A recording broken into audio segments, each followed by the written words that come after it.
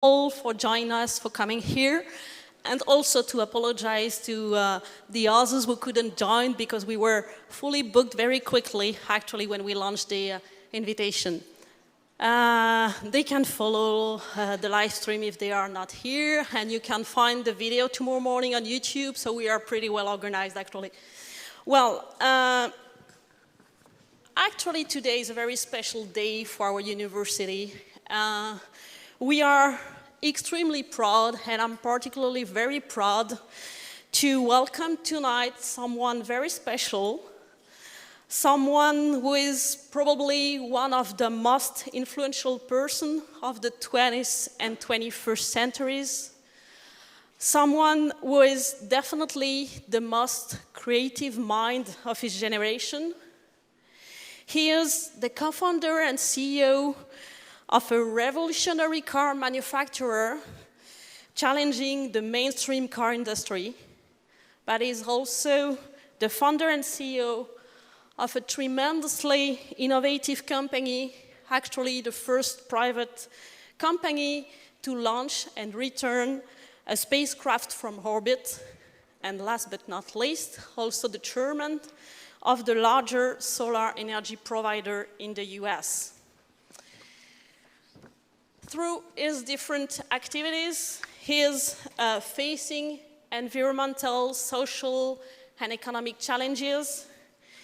He deals with breathtaking projects on diverse issues like green mobility, clean and renewable sources of energy, space exploration, so on and so forth. By the way, among the latest news done here in France, in Europe, you probably heard that yesterday was inaugurated a new solar farm in the southern France. Something which is definitely, or actually, the biggest of Europe now, selling power at a cost well below the cost of power from the new generation of nuclear reactors, and able to provide energy power for more than 50,000 households. But also, and moreover, currently Paris is welcoming the UN Climate Change Conference, which faces the high stake of how to manage with the climatic disruption. The aim of the COP21 is keeping warming below the 2 degrees Celsius compared with the pre-industrial era. And for that, the objective of the COP is to build a Paris Climate Alliance, meaning a universal climate agreement committing everyone. So in that context, who better than Elon Musk for a conversation with you? Please welcome Elon Musk.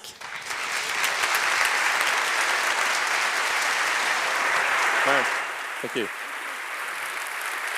All right.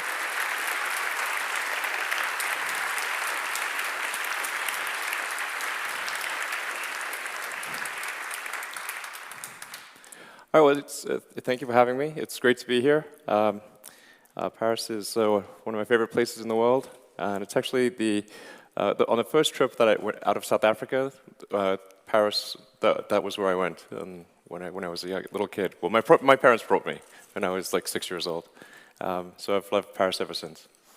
So thank you for having me. What I'm going to talk about today is just, in general terms, what is needed to address the climate crisis. And this is the thing that if we do, what actions can we take that will accelerate the transition out of the fossil fuel era? So where we are today is, let's see if this thing's working, maybe not. Okay. All right.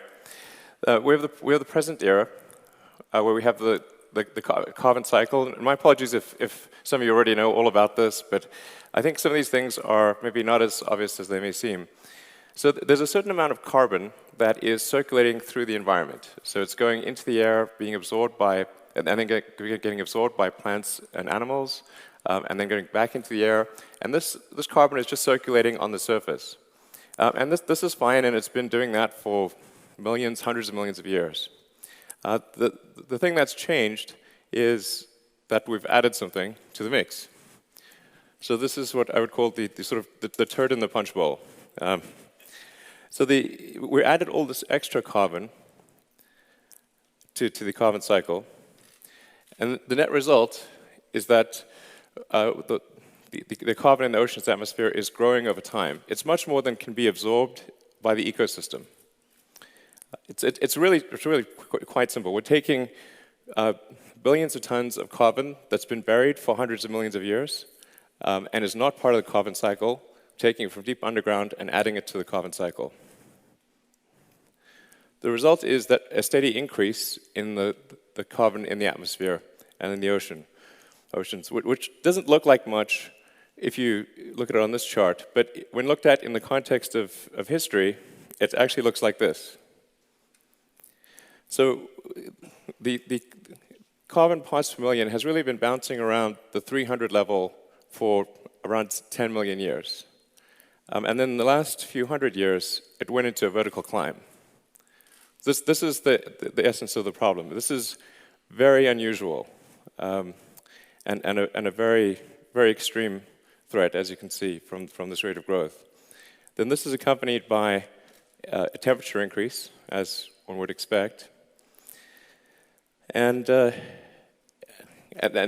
temperature increase, if people talk about 2 degrees or 3 degrees, it's important to appreciate just how sensitive the climate actually is to temperature.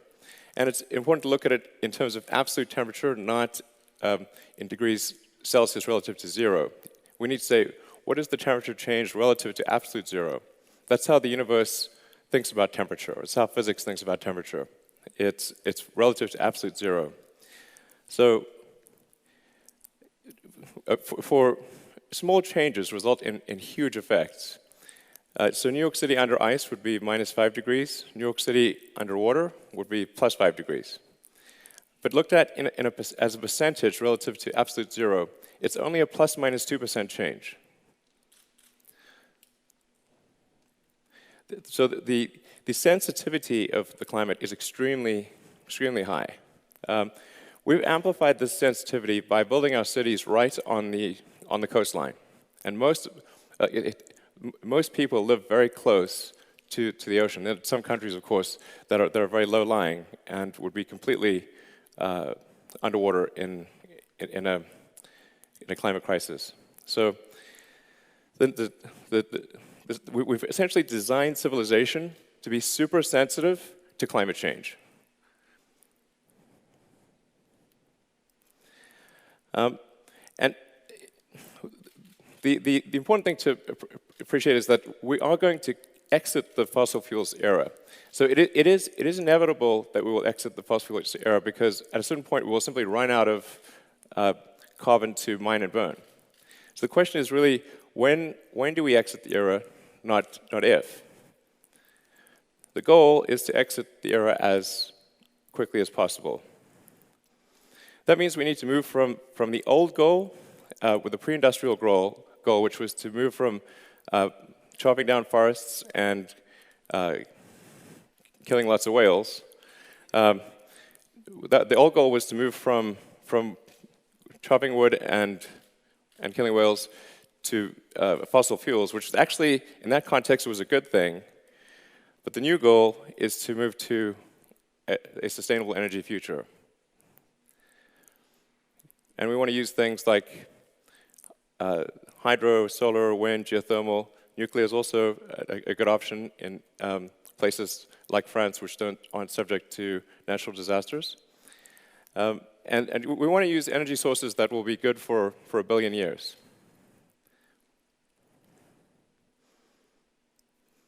So how do we accelerate this transition away from fossil fuels to a sustainable era? And what happens if we don't?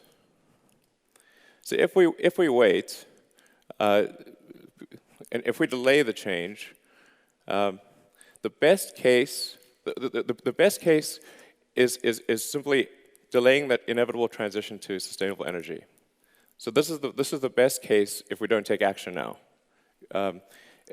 at the risk of being repetitive, there's going to be no choice in the long term to move to sustainable energy. It's tautological. We have to have sustainable energy or we'll simply run out of the other one.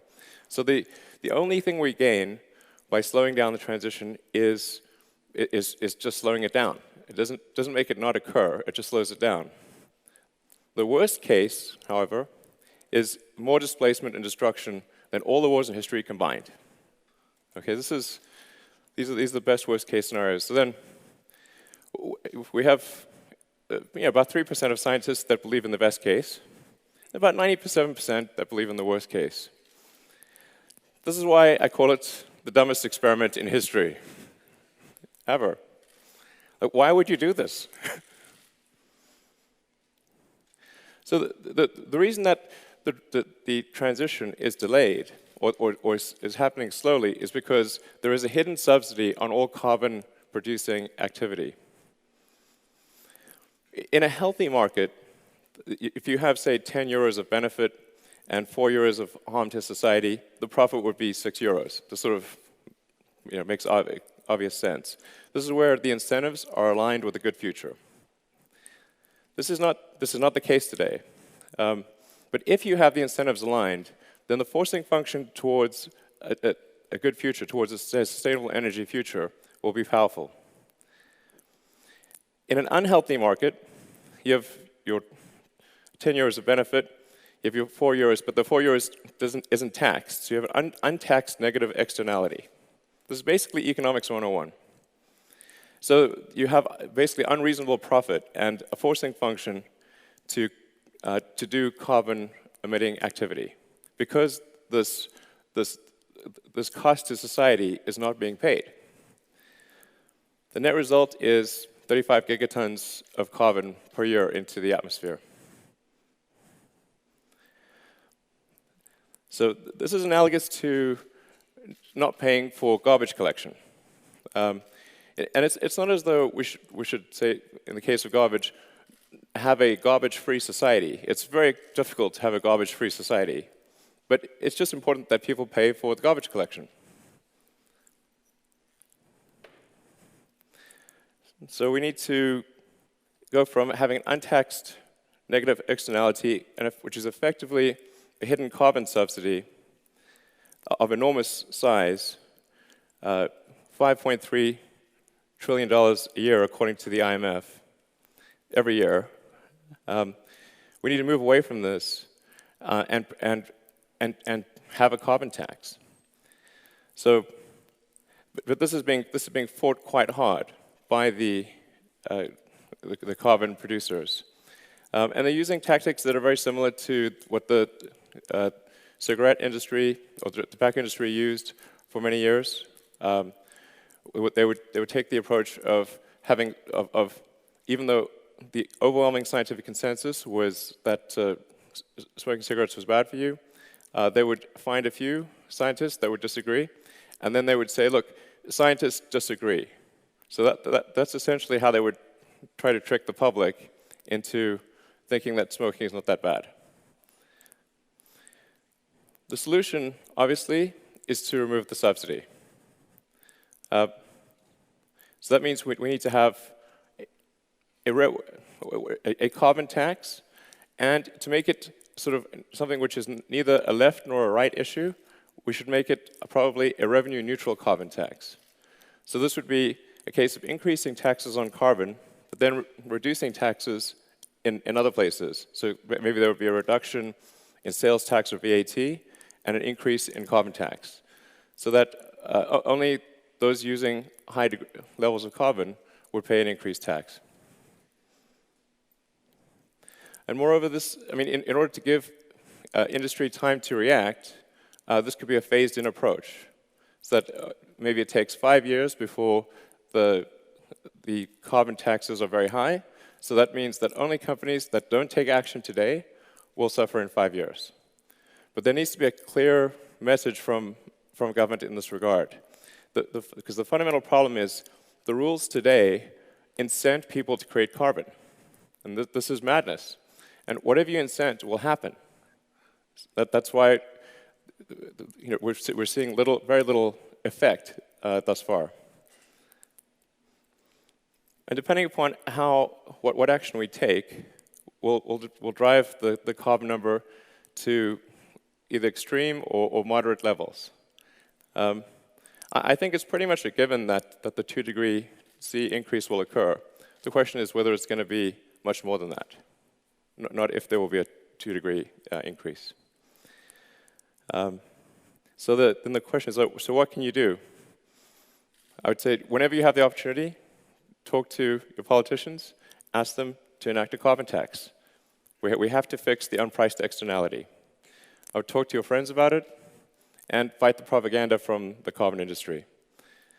So that's the basic message I have, and I'm happy to take questions. Thank you.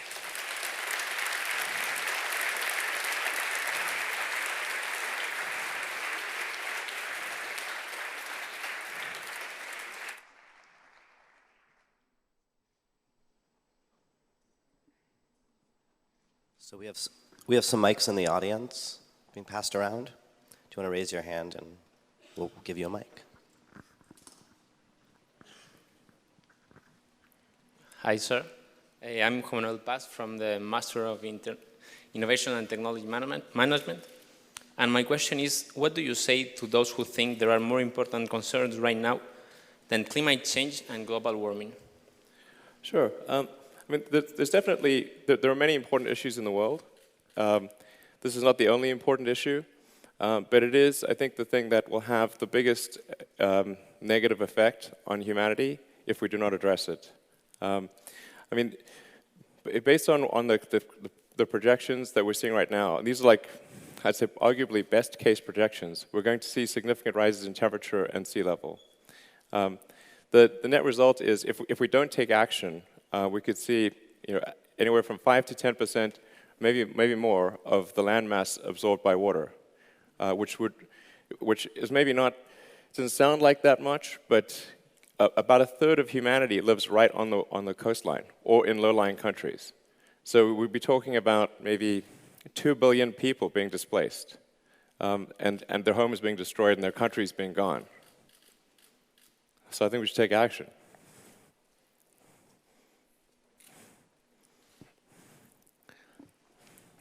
Hello, sir. Thank you for coming here. My question is, I'm a PhD student in marketing, and what I study is what motivates people to participate in challenges. Now, you have created a company which creates challenges, which brought a rocket to moon and back, if I'm not wrong. My question would be, do you think a challenge, maybe not moon and back, right? Yeah, not quite. Space yeah. and back. We're getting there. Getting there. My question to you would be, do you think that incentives, which is the biggest incentive to use, monetary incentives, are the best possible incentive to get people to participate and solve the world's biggest problems? Or do you think people can do it in order to just help everyone on the planet and make it better? So is money the only way to ask people to get in and solve challenges, or do you have other ways to actually motivate people to participate? I think there's definitely a philanthropic element, and there's, I think in general people want to do the right thing and they want to do what's good. The issue we have right now is that the rules fundamentally favor the bad outcome. So when you're fighting for the good outcome and it's an uphill battle, it's just slower. So with respect to climate change, it's just critical that the government, and the government is the setter of rules. The government decides what rules companies will play by. And if we currently have a system which massively incents bad behavior. So even if most people don't do the bad behavior, some people will still do the bad behavior. Yeah, I mean, money and prices are basically just an information mechanism. They're just basically, they tell you that money's mostly an information mechanism for labor allocation, and for and sort of tells companies what to do. So it's just critical. This is why it's so critical that action be taken at a government level, because the government is the one, they're setting the rules of the game, and it's just crazy to have the rules of the game favor a bad outcome. Question up top there. There's a question here. Hi, Elon Musk. My name is Michel. I'm an undergrad in economics here at Paris-Sorbonne, Panthéon-Sorbonne, Paris. My question is, there are some new studies on removing carbon dioxide from the atmosphere and burying deep in the ocean. Do you think it's a sustainable solution, and why? Thank you. You know, I'm not aware of any carbon sequestration or carbon storage system that works and works economically. And I definitely wouldn't want to store the carbon in the ocean because of possible acidification. You know, as the CO2 levels rise in the atmosphere, some of that is absorbed into the ocean, becomes carbonic acid. And a lot of the shellfish in particular are super sensitive to changes in pH level. So I would definitely err against trying to store it in the ocean. There potentially you could try to store some of it in giant underground caverns, but the sheer quantity we're talking about, I don't think can be stored anywhere. There's just nowhere to store it. Yeah. Question up front. Hello, sir. I'm studying management at Paris. And I would know, how long do Tesla Motors intends to use lithium batteries, knowing that it is not a limited resource? Well, actually, I think so lithium, in terms of energy storage, lithium I think is definitely the future and will be for a long time. There's actually not a shortage of lithium on Earth. So lithium is number 3 on the periodic table. It's actually extremely common. Any salty water has lithium. So there definitely won't be a lithium constraint on energy storage for batteries. So I feel pretty confident that one could make enough batteries to store all the energy that the world needs with the current resources that are available. Yeah.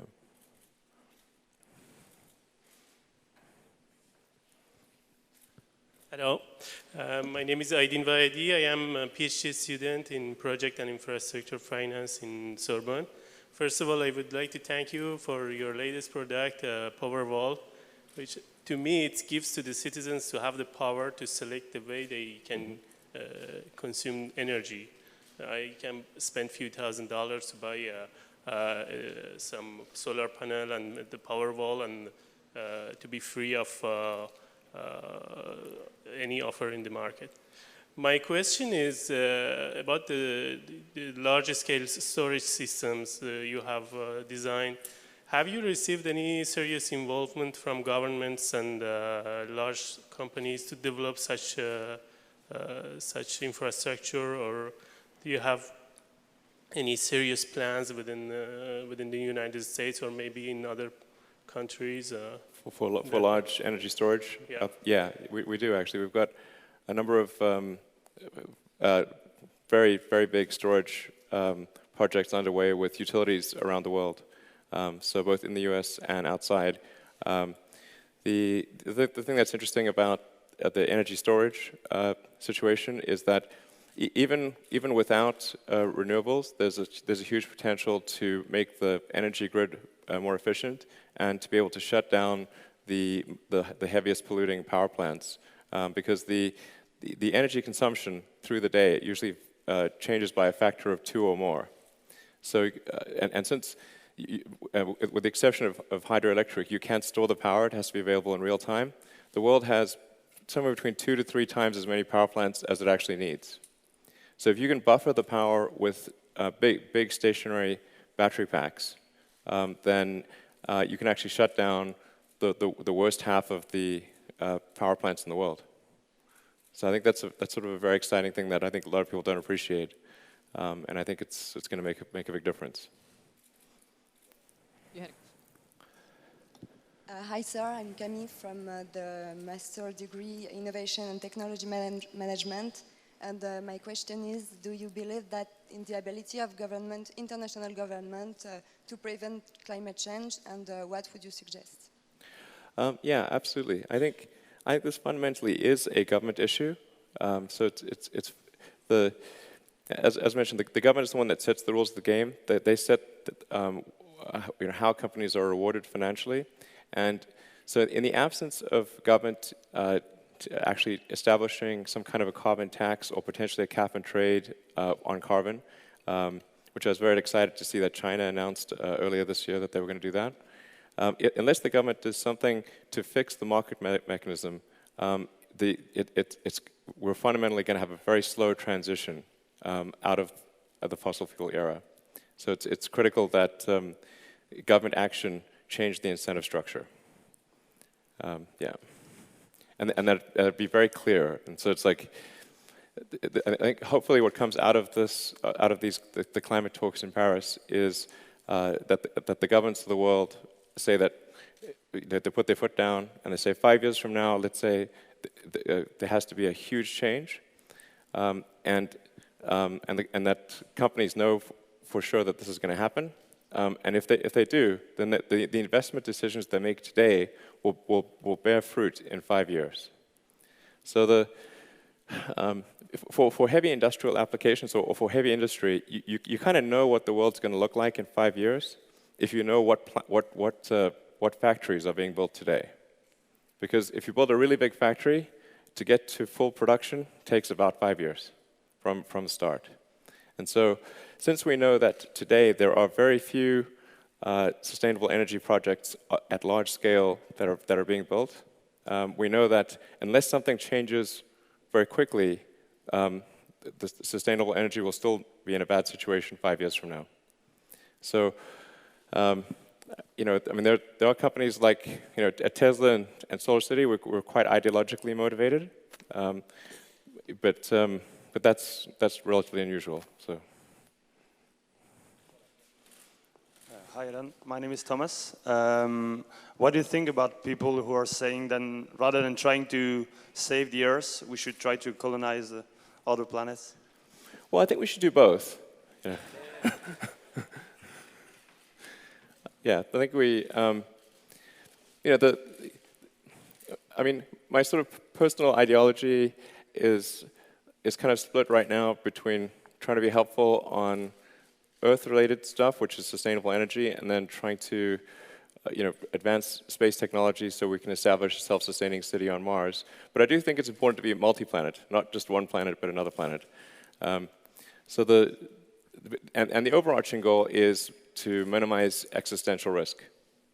You know, so if we look out into the future and say, what are the things that pose a risk to humanity? To what is going to make the future good versus bad? And I think, obviously, if we have a sustainable energy future, that's good. And the faster that comes, the better. And then if we're a multi-planet species, that gives us much more resilience against an extinction event. And also would be a really great and fun adventure. Hi. My name is Joeda, and I wanted to know, in your opinion, what would the future will look like in terms of energy sources, and how soon could we use nuclear fusion efficiently? Thank you. Sure. Well, the thing to appreciate about the sort of installed industrial base is that it's really enormous. Like the number of petrol and diesel cars on the road and trucks is about 2 billion. You know, there are sort of hundreds of thousands of power plants using fossil fuels. So even if today we went super hard in the direction of renewables, it would still take a long time. So I think before we see significant change, it's probably 10 or 20 years. And there's a lot that can happen in 10 or 20 years, of course. So the faster we can bring that date forward, the better. Yep. Hi, my name is Natasha. I'm from the Master Program of Sustainable Development. I have two questions. First one, because I want to be optimistic that we are going to switch at some point to be completely sustainable and to use renewable energies. Do you think that there are going to be a gap between developing and developed countries?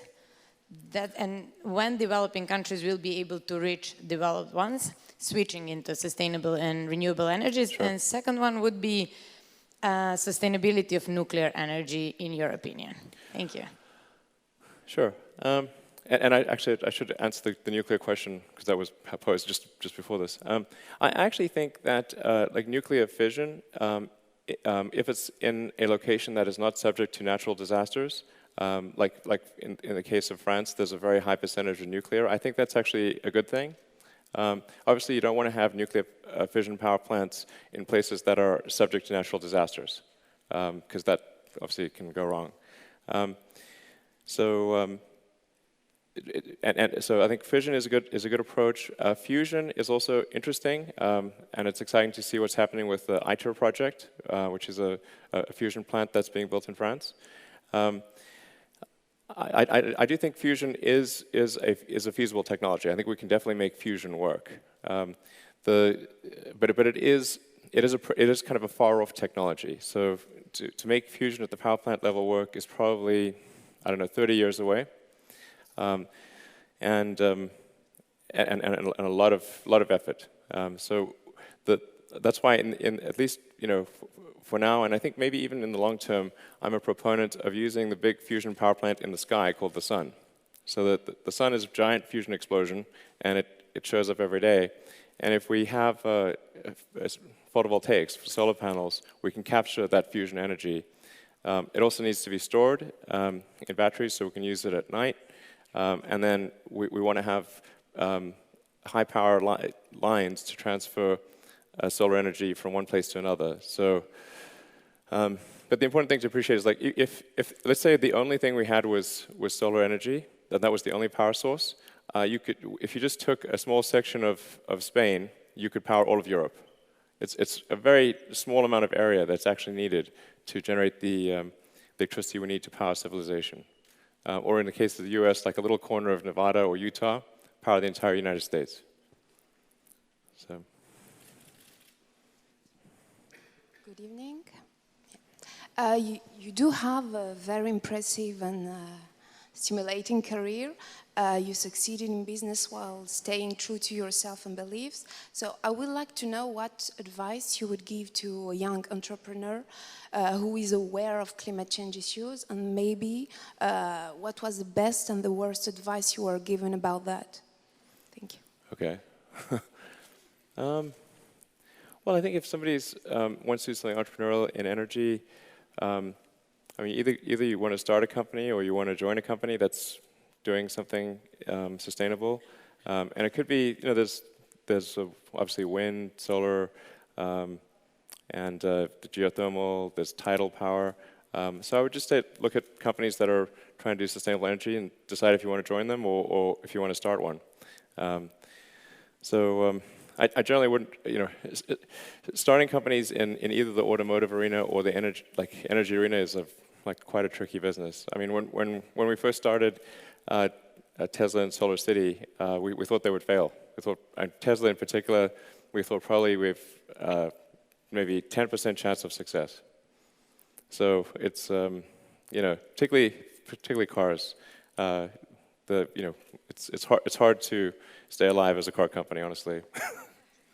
It must be one of the worst risk-adjusted returns. Yeah. Hi, my name is Benjamin, and I was wondering, what do you wish for in terms of international rules and politics to facilitate the implementation of your Powerwall battery? Well, it's really what I've been saying here is that the governments of the world need to price the externality. They need to put a proper price on carbon, and then automatically the right behavior will occur. So this is, by putting a price on carbon, we're essentially fixing a pricing error in the market system. So, I mean, most of the times when governments intervene in markets, it usually increases the pricing error. But when the pricing error is a huge tragedy, the commons issue like we have with carbon capacity, it's critical that the government put a price on it, because you just can't go wrong and any price you put on it will be more right than close to zero, which it is right now. So this is by far the most important thing if we want to accelerate the transition to sustainable energy. There are other less effective ways by providing incentives and subsidies to, say, electric cars or solar. That is sometimes a more politically expedient way to do it, but the best way is just to directly fix the pricing error by taxing carbon. And this is, like, if you ask most economists, they would say the same thing. So this is sort of well known in, obviously, in the economics world. Elon, could you say a few words on artificial intelligence? Because I think I read, or you were quoted among with others, Bill Gates and Peter Thiel and so forth, saying that you were afraid of that one day an hyper intelligent machine would destroy humanity. And are you investing a lot into artificial intelligence? Because are we wasting a lot of energy because we're using we're not being smart, or we're not having smart objects and so forth? And how do you reconcile the two if there's a long-term major risk for us? Yeah, I mean, I definitely want to stay on the sustainable energy topic, because it's easy to get derailed on too many other things. But yeah, I mean, I just think we should be cautious about the advent of AI, and a lot of the people that I know that are developing AI are too convinced that the only outcome is good, and we need to consider potentially less good outcomes, and to be careful and really to monitor what's happening and make sure the public is aware of what's happening. Okay. I'm Gabriel Rondon from, I studied innovation here in Sorbonne. I have a question about fundraising, specifically about the fundraising process regarding what Tesla does. What is the most difficult thing to raise funds in the beginning? Not now, because now you have a well-developed project, and the worldwide knows you and knows Tesla also. But in the beginning, about the industry that you are working, about this kind of energy, what is the most difficult thing to find investors and also to convince investors and keep what you thought in the beginning throughout the development of the company? Sure. Well, in the beginning, in the beginning of Tesla and SolarCity, I mean, I thought the probability of success was so low that I provided all of the money. So all of the money just came from me personally, because I didn't want to ask people, other investors, for money if I thought we were going to die, because I thought we would. So I invested entirely the money that I got from PayPal. All of that got invested into Tesla, SolarCity, and SpaceX, and even then we only narrowly survived. So in 2008 for Tesla, we actually closed the financing round on Christmas Eve, 2008. It was the last hour of the last day that it was possible, this is one of the tricky things with something like a car company. It's like there are good times and bad times, and when the economy goes south, then that's when things get really, really tricky for a manufacturing company. Yeah, I mean, in the US, for example, like the only two car companies that haven't gone bankrupt in history are Ford and Tesla. That's it. Everybody else is bankrupt or went bankrupt at some point. General Motors, Chrysler, and others. So I think we just made it by the skin of our teeth. These days, the last few years, it's really, I'd say, the last 2 years is when Tesla's achieved a level where it's not facing imminent death. I mean, even as recently as early 2013, we were operating with maybe 1 to 2 weeks of money.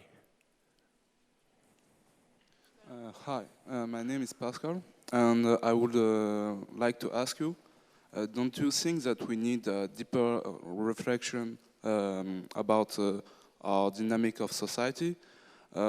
Because all the solutions that you are talking about is about efficiency, but don't you think that we need to think differently and consume less?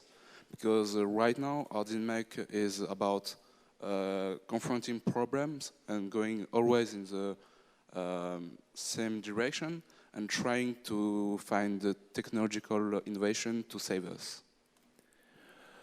Yeah, I mean, I do think we should be watch our consumption. We shouldn't be wasteful, but even if we are really conservative in our use of energy, and are very effective with recycling and all sorts of things, that delays the need to move to a sustainable future, but it doesn't eliminate it.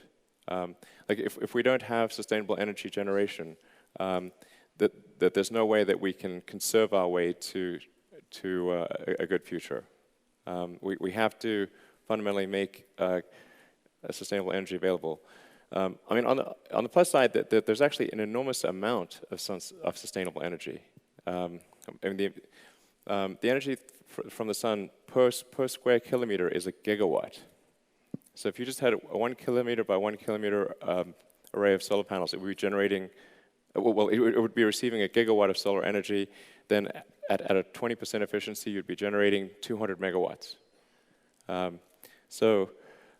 We can actually generate way more energy, like probably, I don't know, 100 times more energy than we actually need to operate civilization just with solar panels.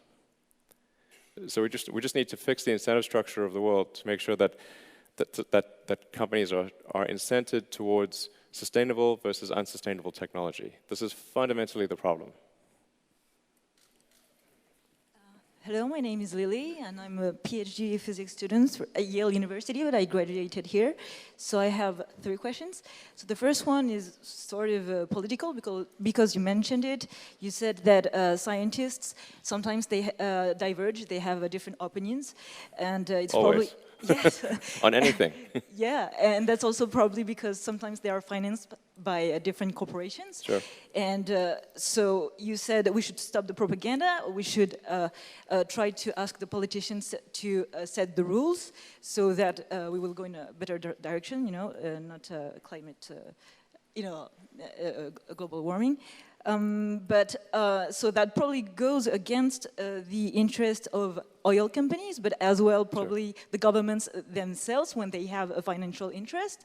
So I was thinking perhaps your own, perhaps we could have lobbyists ourselves, so that would be perhaps an efficient way to have those rules put into...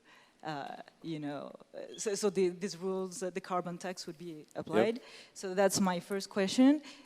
Because also, you know, France is one of the main importer of nuclear energy. So, trying to ask them for a carbon tax when themselves are the people who are making the most money from importing, nuclear energy from power plants that are in France. We'll limit it to 1 question per person for now, I think. Okay, thank you so much. Yeah.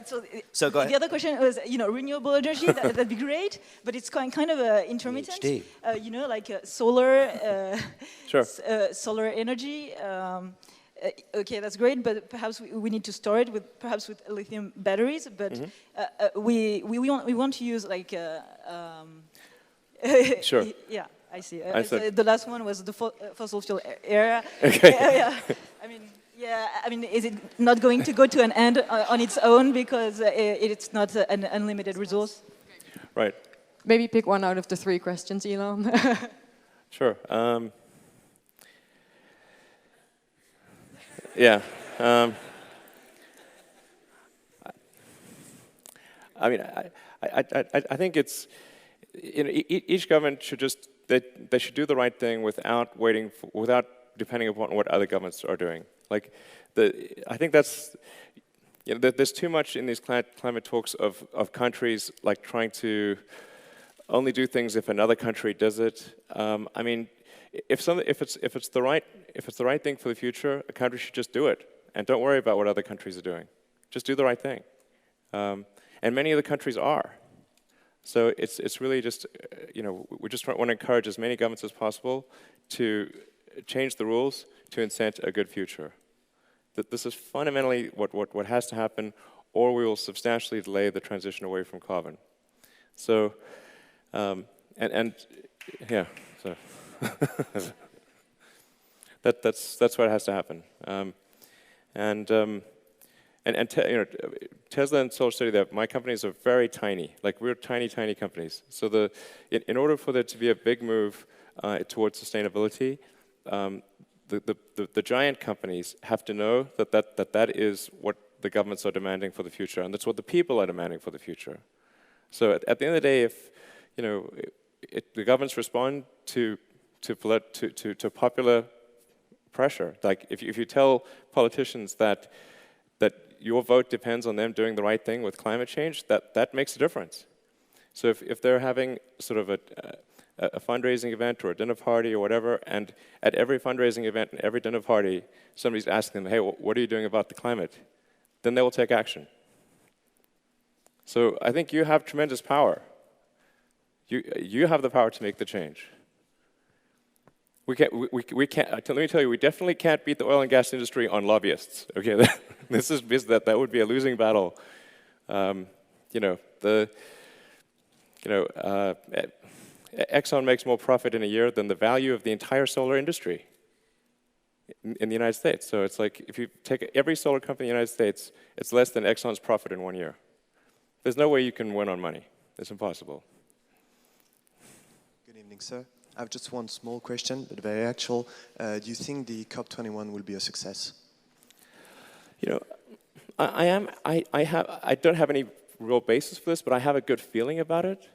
I do have a good feeling about it. So I think, well, it's going to be degrees of success. So it's sort of like for example, like the Copenhagen was terrible. Like nothing came out of Copenhagen, the Copenhagen climate talks. I mean, it was basically, I think there was a net increase in global warming as a result of that one, unfortunately. In the case of the Paris talks, I think there will be some positive movement, and it's a question of what degree.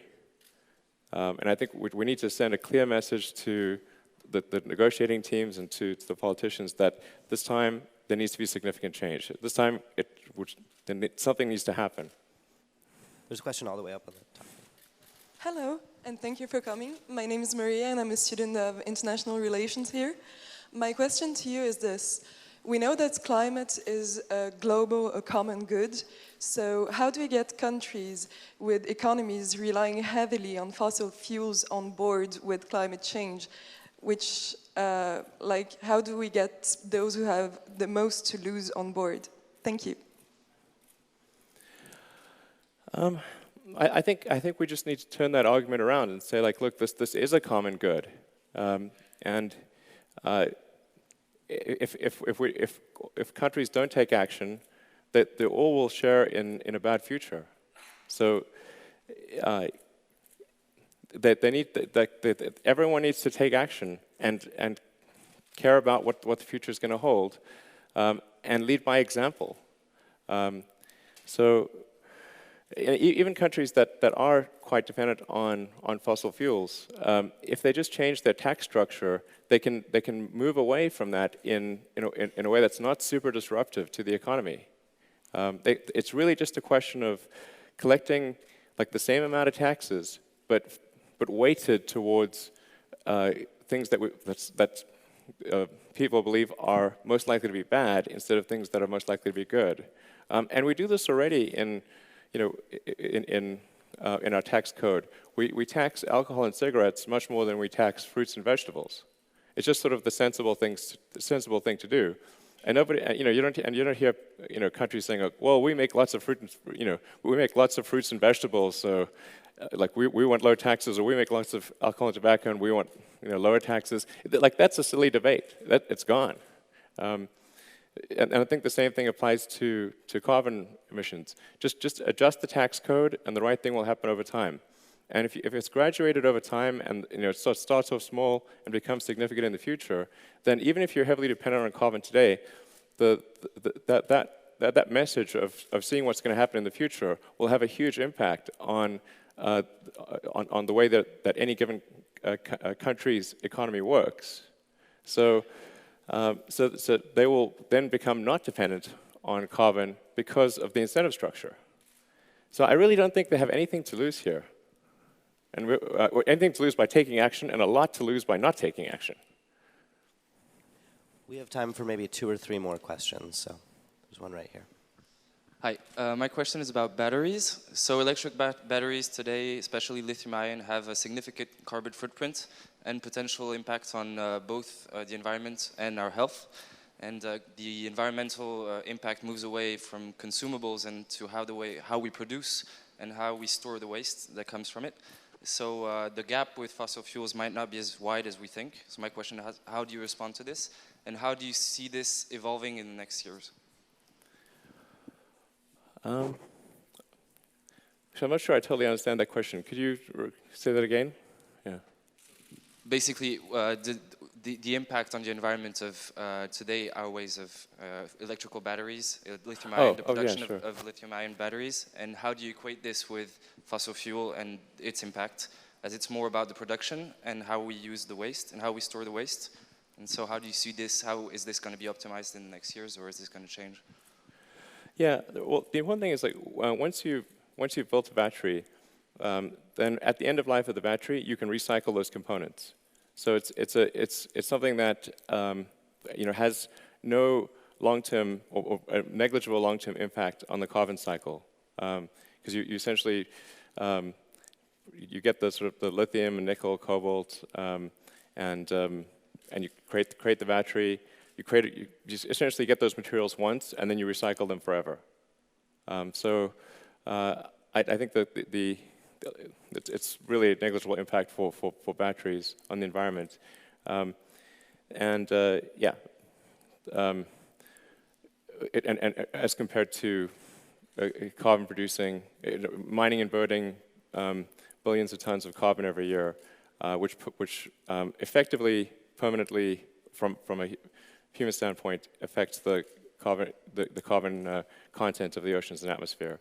So, yeah, it's really, we're talking orders of magnitude difference between fossil fuels and batteries, like not even on the same scale. Okay, then the last one.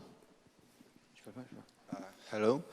So my question is, taking into consideration that technology now is at some of a breaking point, it is advanced, but not so advanced to pass to the sustainable clean energy. How do you see this integration of clean energy for long term in the future, step by step, maybe? How do I see the integration? How do I see us getting to a sustainable energy future? Yes. How will the clean energy integrate into the society, taking into consideration that technology isn't advanced? Sure. Well, I mean, I expect all transport to go fully electric over time, with the ironic exception of rockets, and then all energy production to go sustainable over time. This will take a long time, many decades, but the way it'll manifest itself is by people having batteries in their homes or at the utility substation, and by driving electric vehicles and having electric planes. But as I said, that this is going to be quite a very slow transition, because the incentive structure is so biased against sustainable energy. So, in fact, I think even if there's quite a strong action by government as a result of the climate talks in Paris, I think it's still going to be a transition that's measured in decades. So it will be a slow transition, and the fundamental question is, how do we accelerate that transition? That's the real question here. What actions can we take that would accelerate a transition to a good future? And that's why I'm so harping on this notion of a revenue-neutral carbon tax. I think that's something that every country can implement, and it can be graduated and phased in over time. And this will be by far the most effective thing for accelerating that transition to a good future. Okay. Hi. Please. All right. Well, thank you, everyone.